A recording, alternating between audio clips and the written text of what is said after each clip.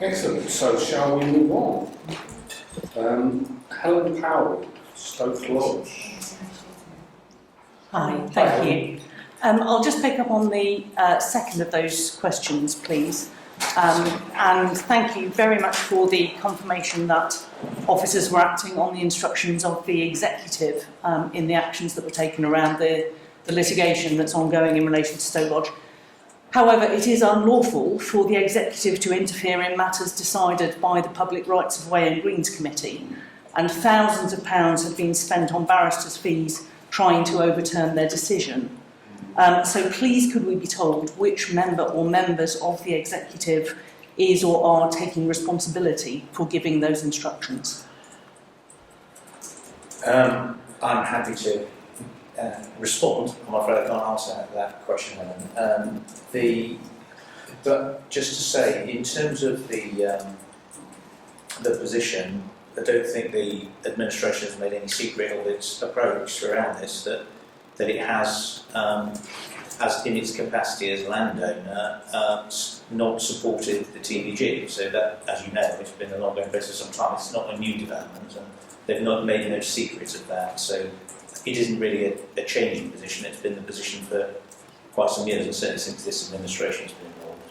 But once the decision is taken by a regulatory committee, that is it, end of, that's the position of the council, isn't it? So the point is, at that point, by law and by the Constitution, the executive may not interfere, and they were explicitly trying to do that by saying they wanted to be a claimant even in the litigation that is currently being run by Cotton School.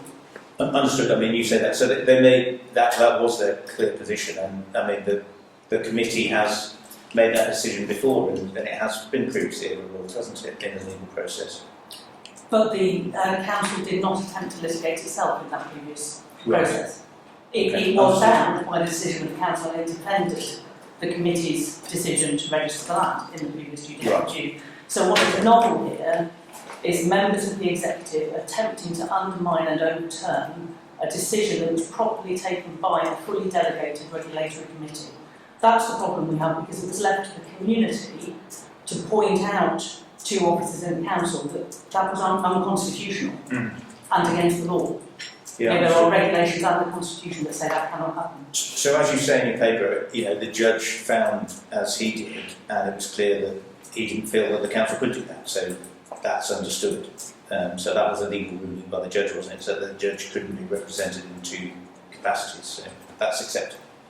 Yes, but what I'm hearing is that somebody in the executive was spending council money, public money, on instructing barristers to have a jolly good go at doing that. And that's what I'm trying to get to the bottom of. The council tried to break the law. Who signed off on the attempt to break the law? So I don't think John's going to answer that question. Yeah, that's how we like to know that. Well, it was yes. clearly the administration's position, that's all I was saying. I mean, in terms of who it was, I don't have anything further to say on them, but it was the administration position. And and that's your view that it was breaking the law. Obviously, we went to court and got that ruling from the court, didn't we? So we've now acted in accordance with that. Unfortunately, Hannah, I think the only recourse you actually have is public forum and full council next week. So get a question in and ask the mayor if he took that decision. And if he chooses to answer that, he might say himself, or he might say one of his cabinet members. I do not know. But that's the only forum you actually have to get an answer, because I don't think an officer will speak for the mayor in that respect. We'll continue to try. Thank you very much.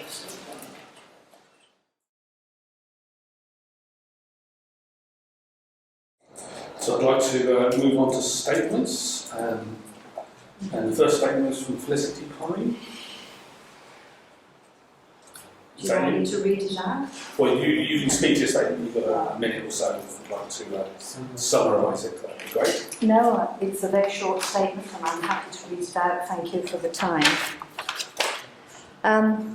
As a Bristol City taxpayer, I am alarmed and concerned at the amount of money spent by BCC in connection with the recent High Court hearing, 24th of January 2024, before the judge, Paul Matthews.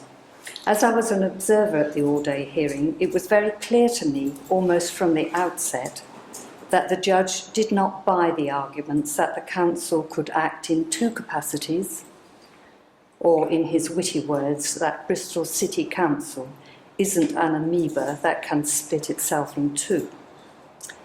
With regard to the costs of BCC's actions, it would appear that Councillor Paul Wilmhurst's brief fee will be in the region of £10,000 to £12,000. And there were also written submissions from Douglas Edwards KC Senior and his junior Michael Feeney. A reasonable estimate is that Mr Edwards' rates were around £700 to £750 per hour. 2 employed solicitors were also present, and inevitably there would have been officers' time involved prior to the hearing. This is a lot of taxpayers' money which was spent on something that ultimately failed. Why did BCC attempt to litigate against itself in an attempt to reverse its own Prow Committee's decision to award TVG status to Stoke Lodge? That is my question.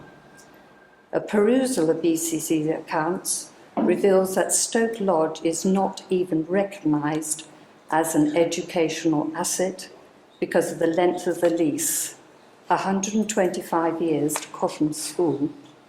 What a shocking waste of council resources. Thank you. Thank you. Helen, you've also got a statement. Do you want to summarise yours? Thank you. I'll be very brief because, of course, you've already been generous with your time. So, as we know, the response that was provided today confirms that there was at least one member of the executive who apparently felt free to act outside the law and with no regard to the Constitution. The response also says that the council never sought to take over the litigation from Cotton School, but that's only because the court stopped them. And I have the evidence here that that was the intention, if anybody wants to see it. That interference is unlawful and unconstitutional. So again, someone needs to explain who did it and why, and critically, I think, whether the decisions of other regulatory committees have also been affected by inappropriate executive interference. Thank you. Indeed, that's a very good question. Thank you.